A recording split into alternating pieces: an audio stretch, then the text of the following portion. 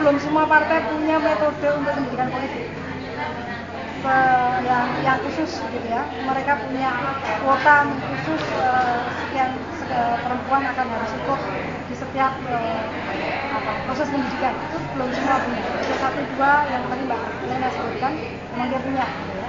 Tapi itu juga yang harus dilihat, pola pendidikan partai politik itu ternyata kalau kita bicara partai politik itu sebuah pilar demokrasi, cara-cara pendidikannya juga nggak demokratis. Mereka kan kecenderungannya kan satu arah, briefing, pengarahan, kemudian instruksional, yang itu tidak membangun cara berpikir kritis para pemimpin.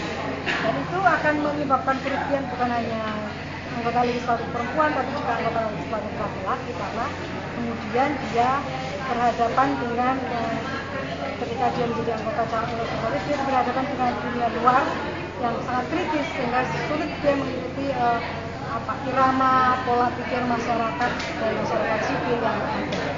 Tapi dengan adanya fenomena ini, sebetulnya yang dirugikan itu siapa sih, Bu? Apakah si oknumnya itu, apakah masyarakat Indonesia yang akhirnya harus mau nggak mau memilih caleg yang nggak berkompeten ini, atau jadi yang jadi korban seharusnya siapa ini? Seharusnya nggak ada korban. Kalau saya bilang seharusnya nggak ada korban. Tidak ada orang yang akan matang secara politik ketika titik awal. Itu yang kemudian harus menjadi komitmen semua pihak, termasuk masyarakat sipil.